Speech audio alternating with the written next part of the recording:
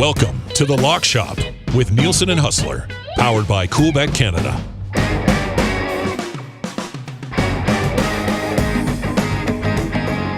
11:02 on a Thursday. Welcome to the Mexico Open episode. We're gonna get to the Mexico Open a little bit later on. Pat Gregoire is gonna join us. Just gave him a text on short notice. He said, "I've got my picks ready if you need me." And of course, we love to have P. Greggy join us. We'll put together a little partner parlay coming up a little bit later on as well. We've got lots to get to. Pat's gonna pop by probably about halfway through the show. Nasty chat, of course, you can always chime in. You Chaz is already over there saying absolutely got smoked last night. Yeah, but the best news is a chance to bounce back. So we'll get into that. I'll drop an EST parlay maybe by the end of the episode. If not, definitely during the oil stream today as well. It's Dusty and Huss. If you're listening on TuneIn or at EdmontonSportsTalk.com, of course, you can text us anytime. 780-218-9999. What's your favorite play in the Oilers game tonight? 780-218-9999. Huss, what's up, buddy? How you doing, man? I'm doing great. Big win last night for the Jets. Fun night at the rink. Did it live up to the hype? No. No? Not even. Well, I mean, I guess it depends on what hype you were thinking of. I mean, for 6 weeks, everyone thought that this could be a game filled with nonsense. And with the exception of a bizarre fight between Logan Stanley and Jake Middleton, I'm not sure if you've seen this one. I'm going to look it up because somebody texted in today talking about how did Stanley get it handed to him a bit? Okay, that's the funny thing about it. If you actually look at the fight, Middleton never threw a punch or never connected with a punch. Oh, Middleton's got short little arms. Yeah, and I mean, Stanley does well at the end, but what happens at the end is he goes to punch him. Stanley does a flinch. Oh, what is that? Down. In the building, we thought, oh, my God, he just got smoked in the face and dropped, but it never hit him. He looks like a heavyweight fighter throwing the tilt. You know what I mean? Like That's WWE. So I actually went to hockeyfights.com today, and I see that Middleton, despite not landing a punch, is winning on 70% of the scorecards. But listen, the Jets needed to win this game. They hate the Wild. The best thing they could do would be to diminish their chances of getting the playoffs. They did that. But there was, I think for a good part of the fan base, you did want some sort of acknowledgement of that rat Ryan Hartman and a little bit of a comeuppance. I would say, and again, we're going to get into this on WST, if the roles were reversed, and what Hartman did to Cole Perfetti had been done by a Jet to a Wild player, and that game was in Minnesota last night. Yeah. 100%, the Wild would have been going crazy on them. I listen, that's just the Jets, the way they had decided to go about their business. They were up 5-1 briefly in the third period where we thought, okay, maybe something's coming now. But then the Wild scored 2 quick goals, and the game was back on again. So bottom line is, you don't complain about a win, but it was underwhelming as far as what many of us had expected to go last night.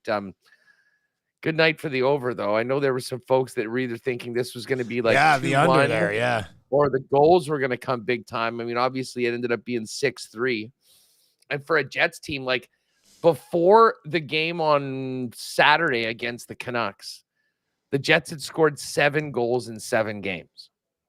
Like they had that 5-game losing streak. Couldn't score. And then had beaten Pittsburgh 2-1, San Jose 1-0.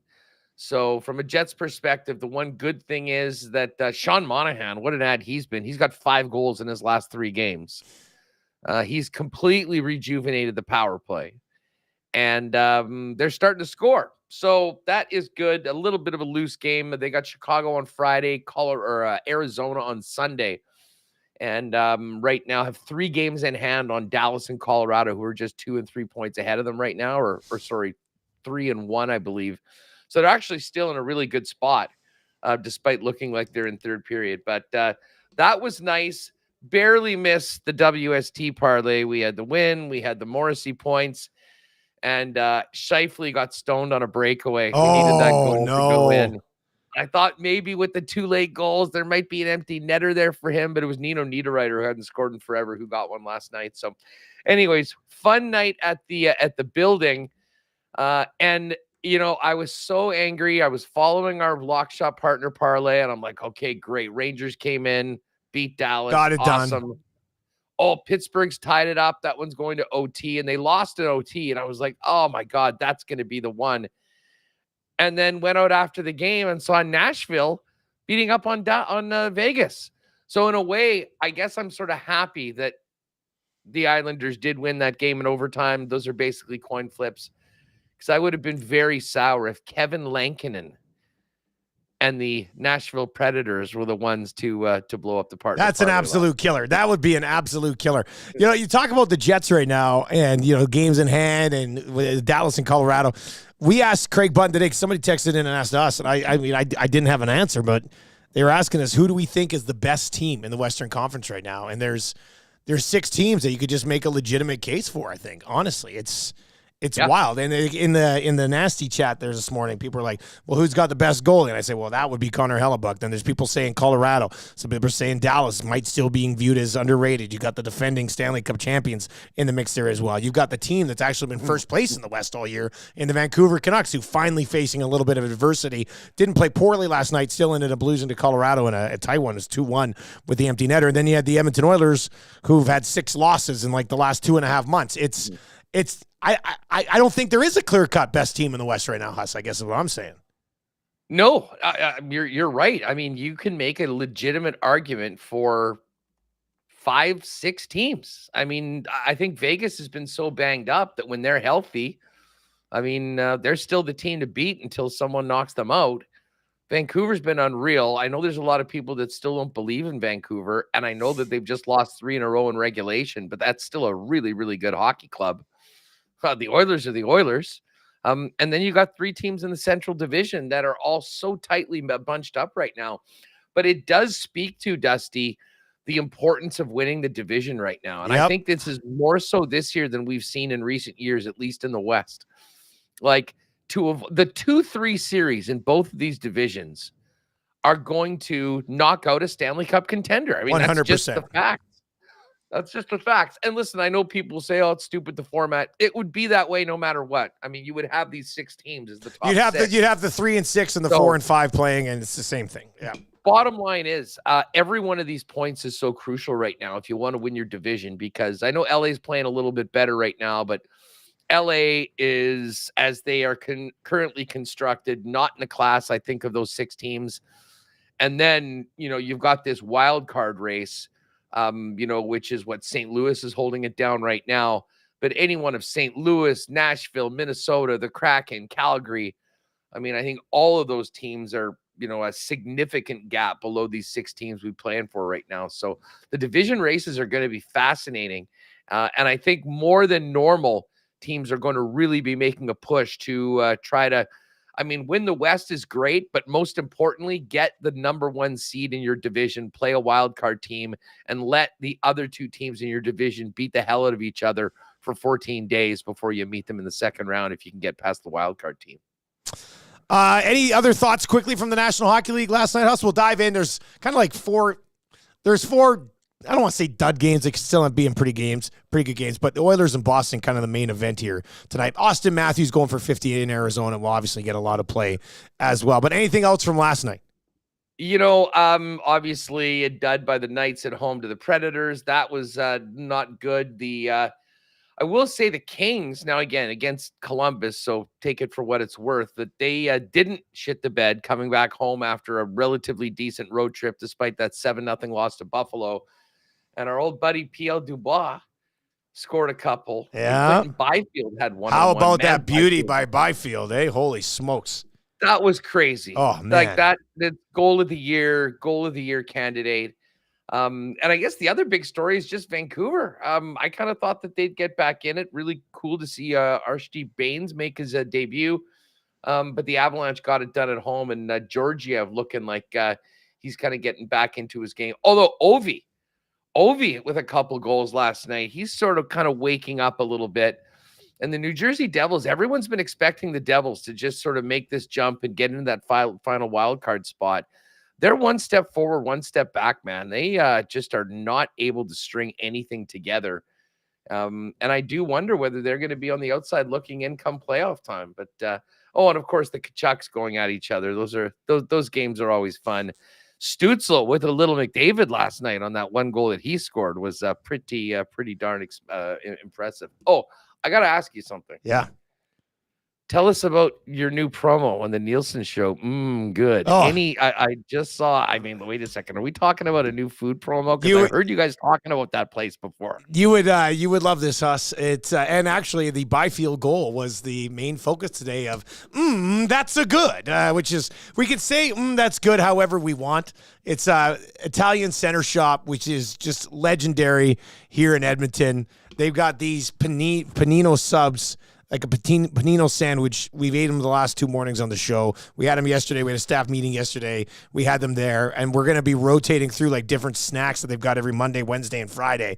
So we picked something that we deem as good in sports from the night before, kind of dive into it a little bit, have a little snack along the way. And the place is always jammed. It's an awesome. There's one on the West End here. We hit up quite often, and the paninos are just absolutely delicious. Led to a lot of fun Italian talk on the show as well, which I'm not necessarily good at. But Tommy and Maddie have Italian backgrounds, so they grew up on. It was Spinelli's. Now it's Italian Center Shop. They grew up on it. And the that's good just really works.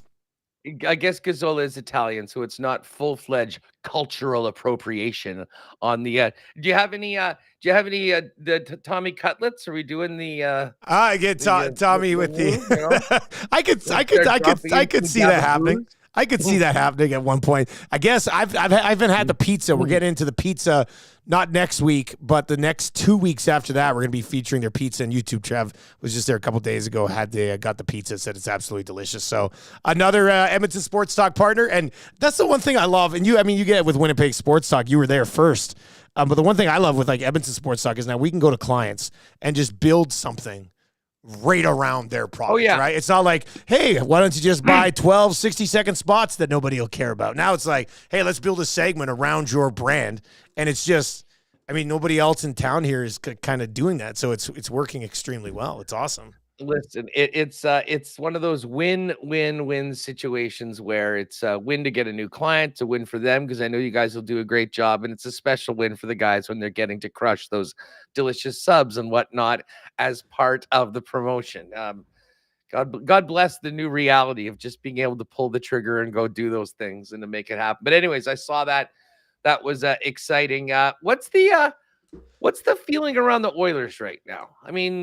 They had that incredible run, lost a couple games, still in a really, really good situation. Is this I guess anything is a lull compared to the 2 months that they had, but where's the squad at right now? Because I know they got a big one tonight, which is clearly the game of the night in the National Hockey League. Yeah, it's interesting. They had won so many. When you bang off 16 in a row, no matter what the losses are after that, people have been waiting forever to get after a loss, right? Like to start having issues with players again and trade for this and trade for that. So we got a pretty good dose of that, I'd say, over the last 10 days or so. It's great for post-game shows. People obviously get fired up. They just came back from a 3-game road trip in which they did not play well and lost to St. Louis. The wild second period against Dallas, where both teams exchanged 3 goals, and then the Oilers win that one in overtime. I always enjoy these Dallas-Edmonton games now. They're good games. Yeah. And then the Coyotes game was interesting because they were, I don't know if I would go as far as saying garbage for 40 minutes, but they weren't good for 40 minutes. And then in the third period, it's against the Coyotes who hadn't won in like 10 games. They just kind of cranked it up a little bit of a line shuffle, scored 4 goals, comfortably win 6-3 in that game. The issue with the Oilers right now, there's a few things. Their penalty kill, which was 40 of 41 for a stretch during the winning streak, has been like 50% since the winning streak. Like, it has not been good. It's just gone completely down the tank for now. So that's been one of the concerns. Skinner's starting to look, depending on who you talk to, maybe a little bit tired, and there's still a lot of season to go, and I think the next 30 games are over 58 days. So it's going to be a tight schedule the rest of the way on that front. And then their second periods have been absolutely horrendous. We had this math yesterday on 2 guys on a goalie, I think, and it was in their last 5 games, they've allowed 13 goals just in the second period. So in the second period, they've just completely fallen apart. They've been a third period team all season. But Boston, like coming into this game specifically against Boston tonight, Boston had 7 games in a row at home and only won 2 of them. So the Boston Bruins have not been playing very well at all. I think they went 2-3-2 over that stretch over their last 7. So the Oilers have won 8 in a row at home during the home stretch. Like the 8 in a row that they've won at home, it's their second 8-game home winning streak of the season. During this 8-game home winning streak, McDavid has 25 points at home over the last 8 games. Skinner's been absolutely lights out. So they've been good at home. The fact that Boston hasn't been playing well as of late, I do like the Oilers tonight. I'm just putting together this little EST parlay for a little bit later on as well. I'll get over to Jake and Pat, and we'll throw it up in the exclusives. But things are still good, but obviously nowhere close to that stretch when they during the 16-game winning streak, they had that 14-game stretch where they only allowed 18 goals. Like they've come back down to reality a little bit defensively, and it'll be interesting to see what plays out here over the next two weeks prior to the deadline. By the way, just while you were talking about that, I was reminded about our futures on McDavid, and he's gonna catch him, buddy. Crept to within 11 points right now of Kucherov. And what's the games in hand situation? 5? It's 4? A good question. So Edmonton, he's trying to catch McKinnon and Kucherov. He's 11 back of Kuch, 9 back of McKinnon. And Kucherov has played 57 games. Edmonton has played 52. Yes. And Colorado has played 50. He's got 5 games in hand on both of those guys. 19-1. I had somebody slide. We got it at 25-1, actually. Yes. Yeah. Yes, somebody DM me yesterday, or maybe texted in 780-218-9999, 780-218-9999. Oil stream coming up here in a little bit. Somebody texted in and said they put $75 on it at 19-1, and he's just like, I am ready to go. So. You know that when we first asked for it to be thrown out, it came out at 35-1. Is that what it was when it first came out? When it first came out, it was 35-1. Damn it, I don't remember that. It got bet down to 25, and then it just kept going. But that is crazy, man. I did not realize how big the gap was of the games played between those two. And guys. It was like that back at the time. That's why when we put it on, he was about. Was he 17 back at the time? And then he had that 6-point game, which made up a good chunk of it. Might have been 19. It might have been, yeah. I think we're in a really good spot with that play right now. A really good spot considering the numbers we got it at, man. That could be that's no Bouchard season-long point total at 44.5. But still, I think we like that a lot. No, that one was in easy. Splitty Rooney in the nasty chat says 5 games in hand, and I got it at 31-1. Beautiful. By the way, on the Oilers front, no Ryan Nugent-Hopkins tonight. Apparently, he's under the weather. He's to be determined for tonight. He was sick, was not at the morning skate. Stuart Skinner is going to start against the Bruins tonight. So, Stewie Skins. Yeah. How's Skins doing right now, by the way? Is the goaltending, is it pretty I would think no worries anymore in Edmonton about the goaltending? Oh, no. Pickard beat Dallas on Saturday, and there were calls for them to still trade for somebody else to upgrade Pickard. Which, I mean, I understand, but he's 7-2 now. Like, he's 7-2 with a 9-10. He's been fine as a backup. If Skinner gets hurt in the playoffs, you're probably screwed anyway. Led to an interesting Jack Campbell discussion on the Hangout, I think, yesterday, which was a lot of fun. What's happening with him? He's just playing in the American Hockey League, buddy. That's the all-time plot twist here would be Skinner gets hurt in the playoffs. Pickard doesn't do well. They call up Campbell, saves the day, wins the cup. Like, that would be the all-time crazy story, which I don't see happening. Skinner lately has, since that game against Detroit, there was a game against Detroit not long ago where he got beat a couple of times and he looked frustrated. And you can see that kind of creeping into the game a little bit after some of these goals. His body language looks sort of defeated a little bit. So, he's their guy. There's no doubt about it. You're not going to be able to upgrade him anyway. And you hope the team plays solid defense in front of him.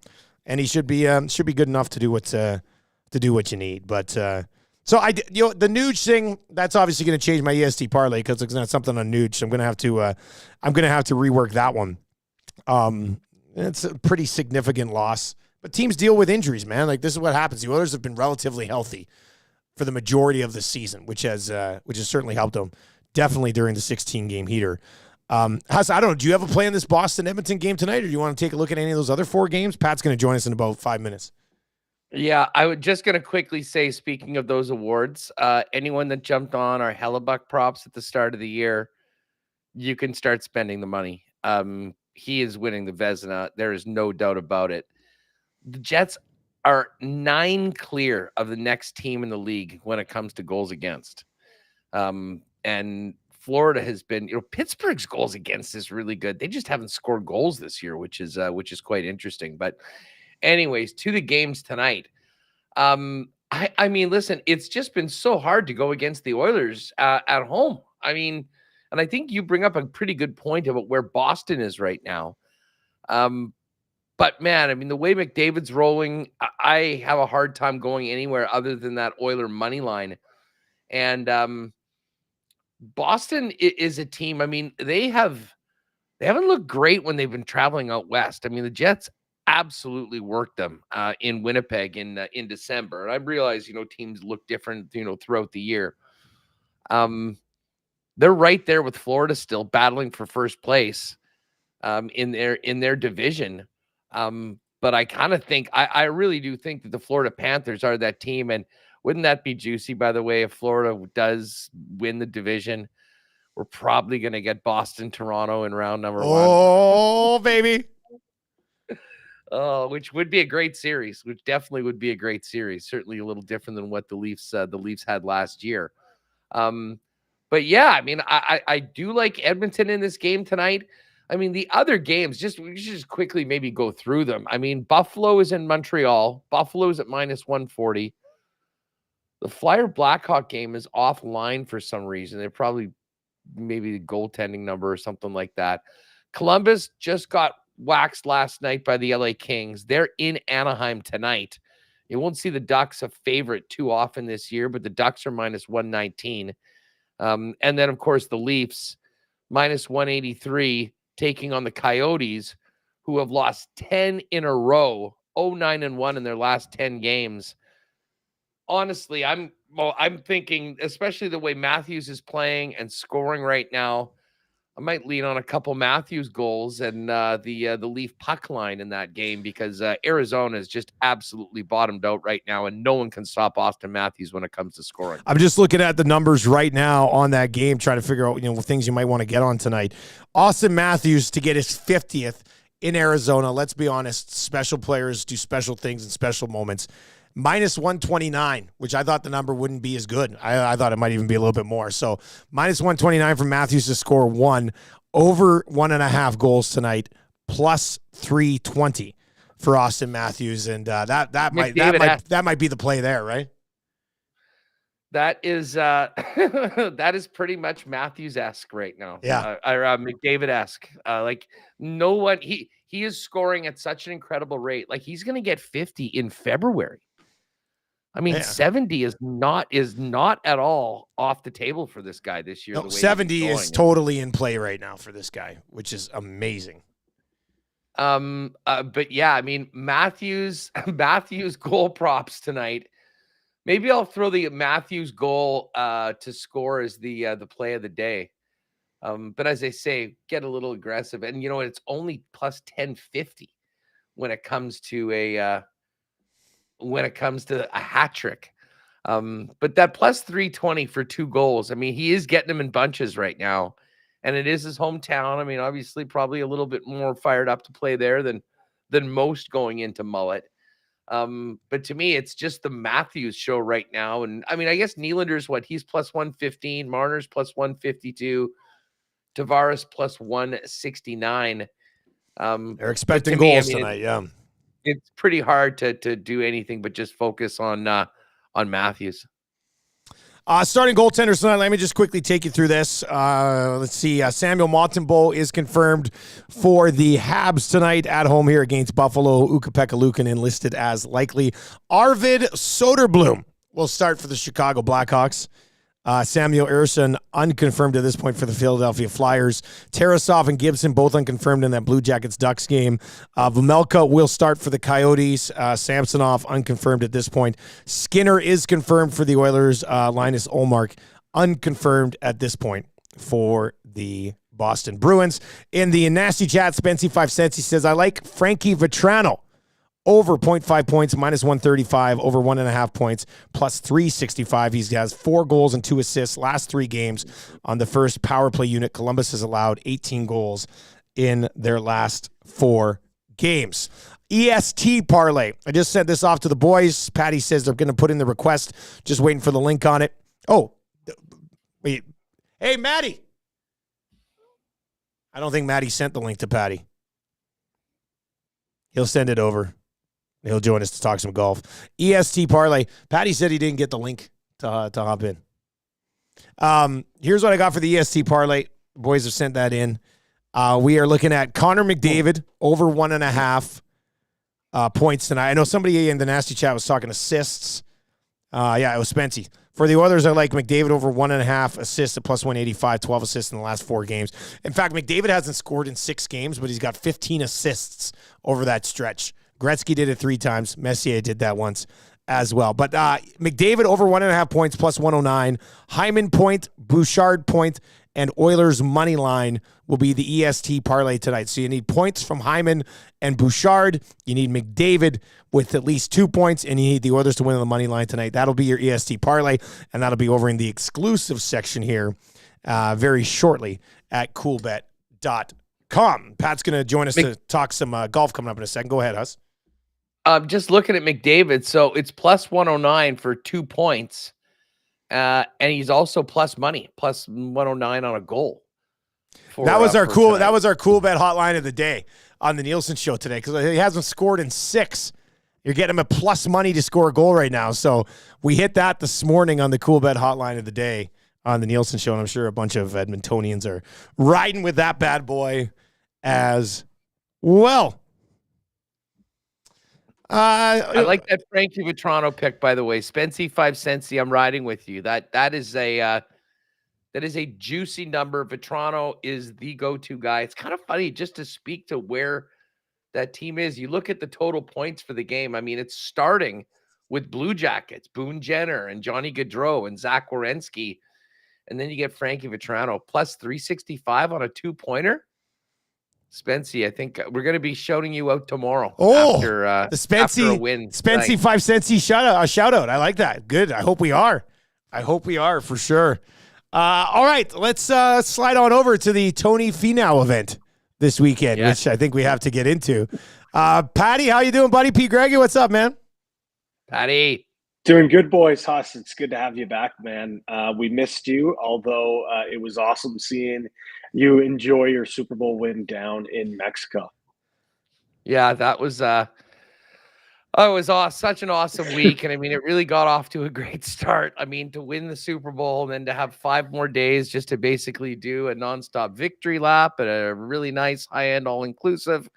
Could not have thought of better. And the Super Bowl setup we had, Pat, we had 16 of us poolside with chairs, a massive screen, sound. On. They had they had the Mexican, the big game girls rolling around, a couple nice bottles of tequila, bottle of champagne for the end of the game. And then I did drink the champagne while throwing on my Chiefs lucha mask, which I saved. I did not want to. I didn't look at my phone during the game, and I left that thing that game took years off my life. I mean, it truly was. Hey, I have to ask you, because we talked about this all the 2 weeks leading into the Super Bowl. Like, okay, 3/4 of the money's on the Chiefs. The Chiefs are still plus 110, plus 113, plus 108. I heard some horror stories from other books as to what the Super Bowl the Chiefs win did. Was it a similar story at Coolbet? I mean, was everyone in the book going, go Niners, go, and some long faces on the Monday after the Super Bowl, thanks to Mahomes? Yeah, it was a tough one, to say the least, for the Coolbet Sportsbook. Everyone In-house was cheering for Niners, not myself, I'll be honest, because yes, I did bet on the Chiefs, but also the over, because the under was the very popular bet, and that one was a Half a sweat. So point. yeah, it was crazy. So from that standpoint, yeah, we took a pretty big hit, just like a lot of the other sports books.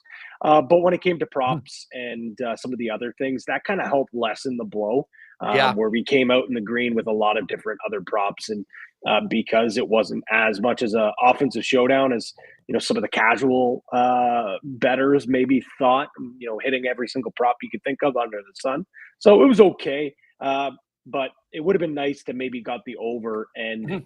maybe kept the Chiefs, whatever it may be. But In that's what in we retrospect, sorry, go I ahead. just have to ask you, like, in retrospect, because I mean, like, I always like with something like this where we spend so much time talking about it, it's always interesting to learn a little bit more about the decisions. Like, do we know why the Chief, like, why it never got more to a pick 'em with all of the money coming in on Kansas City and knowing like where the books? Because I mean, this was not just cool bet. I mean, pretty much industry wide, you saw the Chiefs, despite all the money coming in on Kansas City in relation to San Francisco, basically staying as a 2-point dog and a considerable plus money underdog. Uh, do we know, were they just that confident that San Francisco was the better team and most likely to win and happy to run that risk? Like I can't remember a similar scenario where we've seen so much on one side that didn't significantly move the line. Well, it's a little bit of a two-layered story. One, it's kind of like the Spider-Man meme or the Office meme, everyone pointing the finger guns at each other, waiting, because you don't want to be the one that moves the line, right? You don't want to be the one that gives yourself that exposure. So that's one thing. That's why a lot of different books, including ourselves, stayed at that. The other thing is, and I talked to Dusty about this on the Monday after the Super Bowl, the book was, a lot of the odds makers are usually more of the analytics crew. They're more of, crunching things down by the numbers. And when you look at that 49ers team, um, from an analytical standpoint, they were the best team from start to finish. I think there was just a lot of confidence in that community that they were going to win, that you can't really quantify the big mangoes in between Patrick Mahomes' legs, and you can't really quantify Andy Reid putting together a masterclass of coaching, and Steve Spagnuolo. Like, you can't really put that on a spreadsheet, right? Those are the things that, again, me being a sports bettor, I look more into those intangible things. And maybe for the first time in a long time in a big game, those intangibles that don't show up on the spreadsheet actually ended up working out in my favor. Ask my bosses, though, certainly didn't end up in their favor, as it was a rough go for us for the Super Bowl. But that's kind of, the ups and downs of sports wagering. And, a lot of people who are probably up are, continuing to give it other ways in the sports book itself. Very interesting. And of course, there probably wasn't a number on the Niners not being completely familiar with the overtime rules as well. Which, was unfortunate. I still, that NFL Films thing, when Juszczyk comes in and goes, Oh my I God. did not know. Like, that is such a tough look. Yeah. And I still can't believe they decided to give Mahomes the extra down. But that is a debate that will rage for a long, long time. I mean, it's as I said, the Chiefs they lost the toss and got exactly what they wanted and ended up winning the game. But we'll move on. Won't be long till we get some draft numbers and some NFL futures as well. Yes. Oh yeah.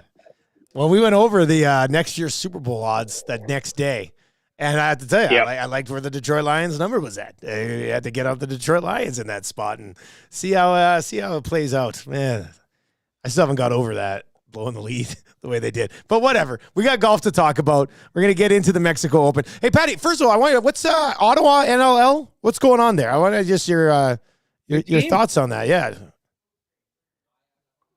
Did he freeze? Oh, Pat froze. Pat froze. Hey, Maddie, Pat froze.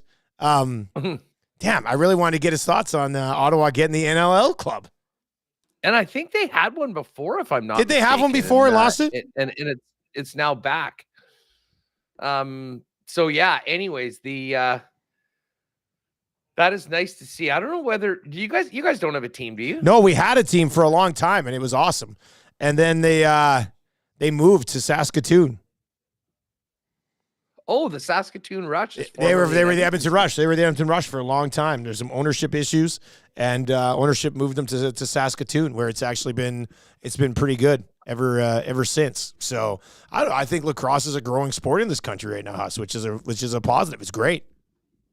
I couldn't help but just pick up the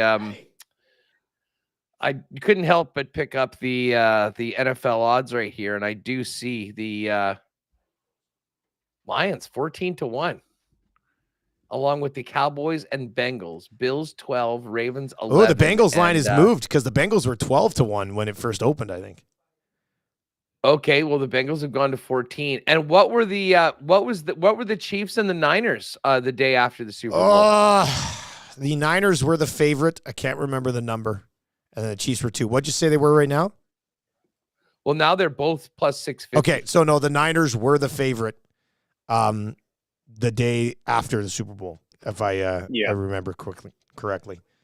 Okay, we got Pat back. Pat, are you there? Yeah, Patty's back. Yeah, sorry, Okay, fellas. I'm at a shared office space for our monthly in-person meetings, so a little bit of sketchy Wi-Fi here. So that's okay. We asked you about the Ottawa getting the NLL team right before you froze. Yeah, well, tell us about that. Oh, of course. Yeah, so it's exciting. Yeah, the New York Riptide of the National Lacrosse League moving to Ottawa. So we're getting another Canadian team now in the NLL. It's actually a great team, a team that's kind of up and coming. They've got one of, if not the best player on the planet in Jeff Teat. I was actually in Montreal last week, and the New York Riptide and Toronto Rock were playing in a little bit of a they call it the Unbox series. Yeah. Basically, what they're going to do over the next few years is go to different either new markets, old markets, maybe that had a team to showcase the NLL. There's also some grassroots initiative with getting sticks in hands, doing some clinics and camps and growing the game that way. So it was a little bit of a head bust for some folks. They assumed that, hey, New York for sure, a team that kind of struggled to get some attendance down on Long Island at the Coliseum, really weren't getting the fans, the support that maybe they anticipated when they first moved. So they thought, oh, okay, Montreal, Laval, this beautiful arena, they're playing a game here. That's great. And then lo and behold, they actually moved their team to Ottawa. They're going to have the same ownership group that had the team in New York. They've just partnered with the Sens, and the Sens are going to be, really driving the ticket sales, a lot of the grassroots initiatives. I believe at the Sensplex where the Sens practice, they're actually going to put a grass field, kind of a box, but also for field lacrosse to, again, help the growth. And it is a really, a big lacrosse hotbed, especially over the last 5-6 years, the amount of growth at the junior level, sending kids down to the NCAA. So it's a really, really great spot for the NL. I'll be honest. I wish that they were playing in the downtown arena where the 76ers play, rather than going to Canada. But I don't know. It is a hotbed for lacrosse. They've been kind of craving that for a while. So for me, being a lacrosse guy, I drive out to Canada. It's just going to be a bit of a push to try to get the casual fans to drive out to Canada to watch an awesome product. I think what would be great is getting party buses from downtown Ottawa to drive to Canada and go to those games. Yeah. Just get them out there. But I think it's going to be great. And to be honest, it's already getting a lot of buzz. TSN was picking it up. So obviously I'm really excited about it being a lacrosse guy.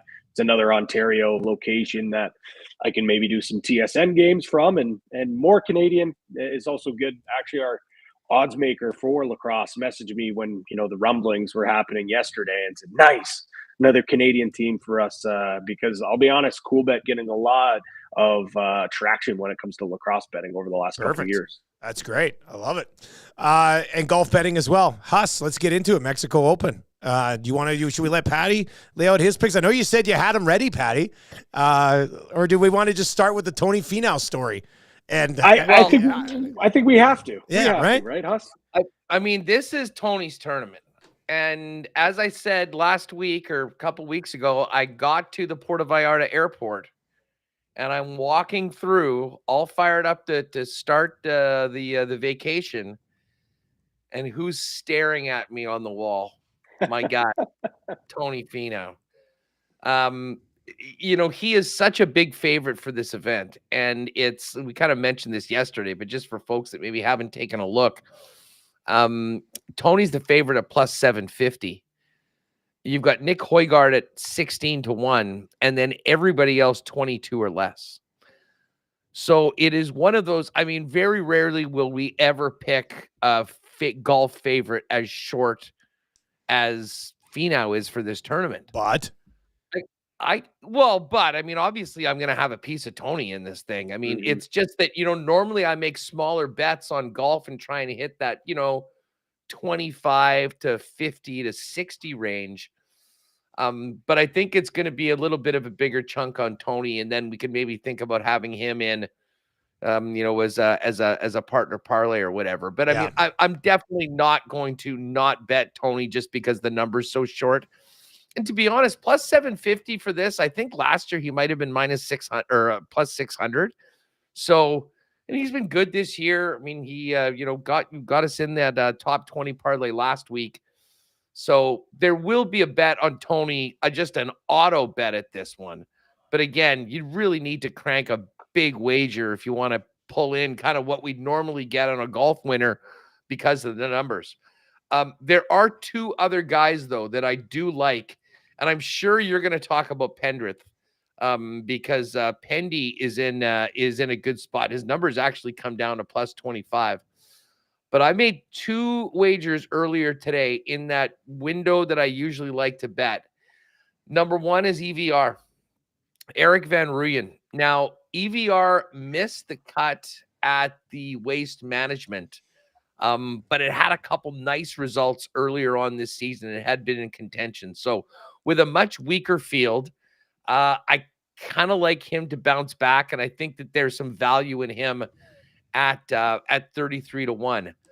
The other guy that I bet at, and I'll be honest, he didn't have a great start to the season, but he's coming in with, a T13 at the Farmers and then a T12 at the Waste Management, is the Gim Reaper himself, Doug Gim. The Gim Reaper. One of the great nicknames. I just love it. Great nicknames. He's at 40-1 right now. And this is the sort of tournament that if it's not a guy like Finau running away with it, players like him, that put together really strong 4-day performance at the Waste Management. You do that at a tournament like this, you're right there in the mix because, as I said, you don't have a lot of the big dogs that often are the ones that are leaving guys like that out. So EVR 33-1, the Gim Reaper 40-1.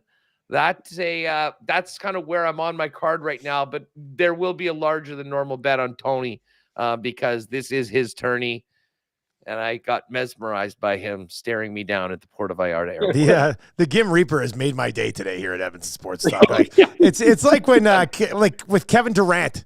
Remember, he was Durantula and the Slim Reaper. And I was like, own those names, man. Like, the Slim Reaper is an all-time nickname. All-time. And I was always like, oh, I don't really like that. Call me KD. I'm like, come on, man. You're the Durantula. You're the Slim Reaper. Own it. So I heard Gim Reaper. Oh, man, I love it. Anything you can tie into Reaper is a great nickname. Great nickname. I love it. Patty, what do you like? Who do you got? Yeah, Tony Finau is a no-brainer. Yeah. Again, I agree with Haas. It's tough to bet him at that number. My other suggestion, if you don't want to swallow it, is maybe potentially wait after round one to see if you get a better number. But I just think he dominates this so well. He loves playing here. He's two unbelievable finishes. And even one thing when doing some research, because I know the Mexico Open's been around for a while, but it's only been at this course the last 2 years, and it's only been a PGA event for the last 2 years. There's a really good comparison, though, in Torrey Pines South, and he's been great there as well. So at that number, because I think he might potentially be able to run away with this, I don't know if we're going to get a better number at plus 750. So I'm going to take a piece of him. I'll probably bet him like top 10, top 5 as well, to be quite honest. At least there, if he does come up short, at least you're getting something for him. Nikolai Hogard is another one at 16-1. He's the number 2 spot, and you could argue he's the second best talent in this field. He's number 34 in the world, and he's actually looking to make his 7th straight cut. He's been actually playing really well.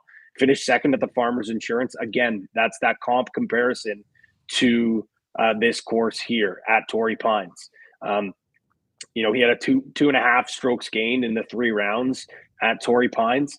He didn't have a great finish last year, T33 at this course, but to be honest, he's a completely different golfer than what we saw at the start of the year. He was arguably one of the best up and coming golfers. Look at what he was able to do, and making that Ryder Cup team for Team Europe. He won the DP World Tour in the fall.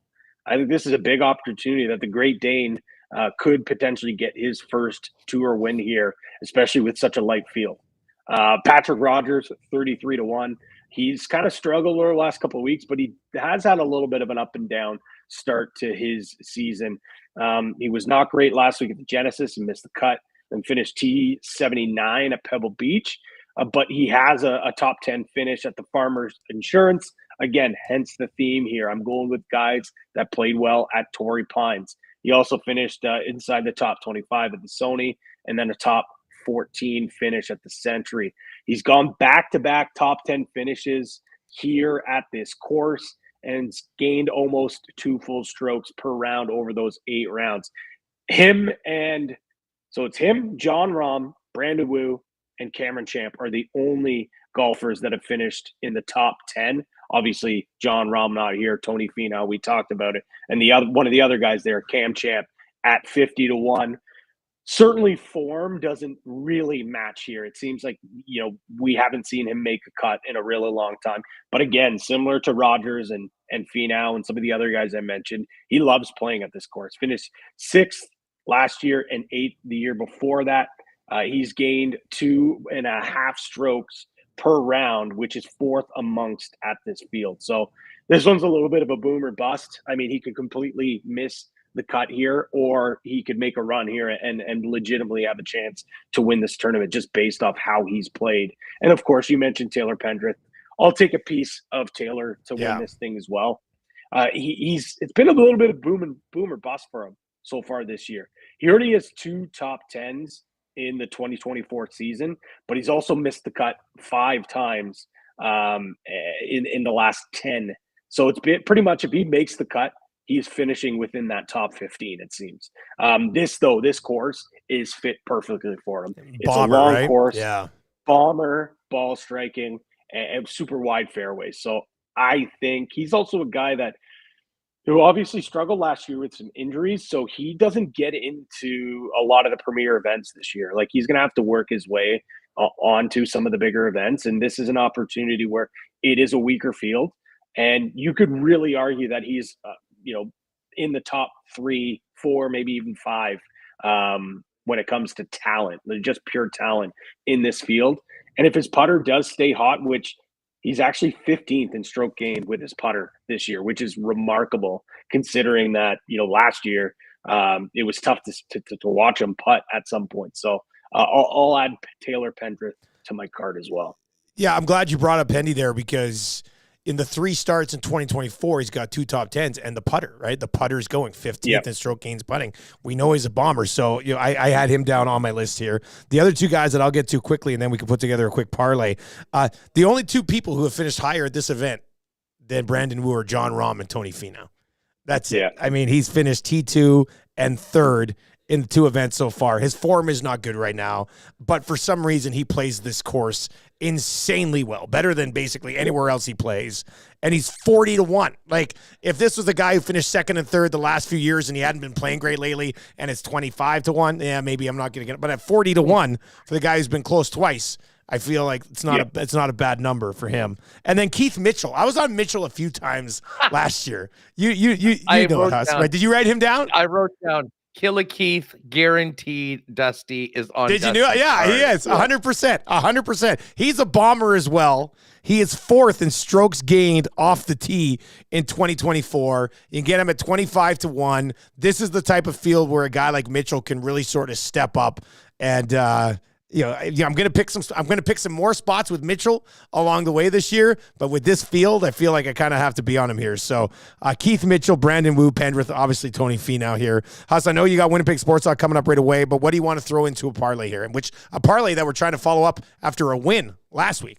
Well, yeah. I mean, do we want to go with 3 top 20s again and try and each pick a guy? I mean, certainly, I think Pendrith, in a top 20 would be good. I think the Gim Reaper. I mean, Gim right there. I mean, he's plus 140. Like the numbers right now for these guys, for top 20s aren't particularly high. But I would say Gim, considering the way he's played with the back-to-back 12s and 13s, I think he would sort into of be this a guy field. that I would throw I like from that. mine in.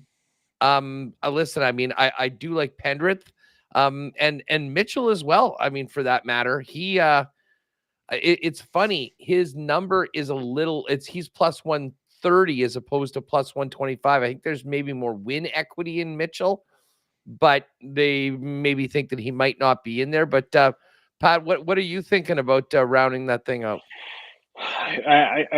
The Gim Reaper, obviously, with the name alone, I think we have no choice to put him in there. I don't know if we want to try to, flex our muscles and say Tony Finau top 10 or a top 5, or do we want to keep him out just because, we can, the value is not quite there. But again, it almost seems automatic at this point. But it also would crush us if he was to find a way not to finish in the top 10, because it really is his tournament. It's becoming the Tony Finau Invitational. I like Hogard. I really think this is a good spot for him. And then the two other guys. I mean, Rogers Champ is was a little bit of a long bomb for me to be quite honest. I think he's more of a hit and miss here. So, but Pendy and Hogard, I think, would maybe be the two guys that I would lean towards if we're gonna add them to the parlay. What's the top 20 number on Hogard? Minus 105. I mean, listen, if we want to get aggressive, I am fully in, and maybe this is a way we get a better number for people that don't want to go with Tony. And we put him in for, plus 175 on a top 5. I mean, it's sort of like a win bet almost with a little bit of a cushion, and then we throw in a couple other top 20s. It's technically, I had it down here for looking at straight up best bets. I had Tony Finau top 5 at plus 175 at the top of that list. Yeah. So Finau top 5, Pendy top 20, Gim Reaper top 20. Did we go with that? Yeah. I mean, that's a plus 175 for Finau, plus 125 for Pendrith, and Gim is plus 140. Yeah. Patty, you good on that one? Let's do it. Lock it in. I'm really good on that one. Okay, perfect. All right, Huss, we'll let you get going. What's coming up on Winnipeg Sports Talk? I'll slide in. I'll just wrap here. But what's coming up? You know what? We're going to be checking in with the Moose. Murata Tesh from The Athletic coming on to so much to get to on the Jets coming out of the game last night, as well as one of our friends from True North is going to come by. The Jets are lining up playoff tickets and getting their campaign for next year. So we're going to check in on that, but lots of hockey coming up over the next little while on WST. Fellas, I will see you tomorrow and look forward to another one. I've got to figure out a final play of the day as well, and I'll get that over to Jake. So check the Cool Bet socials later on today. We'll look for a winner. Thinking about maybe Matthews or McDavid goals. Usually there's not enough good games unless I just want to take the Oilers money line. I think we're going to go to a prop tonight, so keep your eyes out. See you guys. What about Matthew Nyes? What about point for Matthew Nyes? He is the forgotten Arizona boy. Everyone always wants to talk about Austin Matthews. Well, his line mate is also from Arizona as well. Maybe just a thought. Good stuff. I'll see you guys tomorrow. Yeah, Thanks. Patty, thanks for popping by, man. I'll talk to you tomorrow, too. See you, boys. There you go. That's Huss and Pat Gregoire. I'm going to take you home here the rest of the way, and we will get to some exclusives, actually, if you slide on over. The exclusives page right now, that's where the Edmonton Sports Talk parlay is going to be. Mexico Open right now. Here are some exclusives and specials on the Mexico Open, which we were just kind of setting up. Any Canadian player in the top 10, plus 105. We were just talking about how much we love Pendrith in this event. Plus 105 for any Canadian in the top 10. Any Canadian in the top 5, plus 270. Any Canadian player, top 20, yes, is minus 303. A Canadian to win, 16-1. Taylor Pendrith and Mac Hughes, both to finish top 20 at 6-1. And Greggy's golf special, Tony Finau, Hogard, Patrick Rogers, all to finish top 20 as well. So those are all available right now over on the exclusives page. One more quick look. Let's see if any more goaltenders have been confirmed for the 2 games tonight. Ukko-Pekka Luukkonen listed as likely still. Erson's unconfirmed. Tarasov, no changes there. Linus Ullmark is indeed now listed as likely, confirmed against Stuart Skinner, who's going to start. Tommy Gazzola was down at the rink today. He's going to join us for the oil stream coming up right away here on Edmonton Sports Talk as the Oilers get set for a struggling Boston Bruins club. We'll certainly get into that here on the oil stream. You can text us anytime, 780-218-9999. The Nuge under the weather.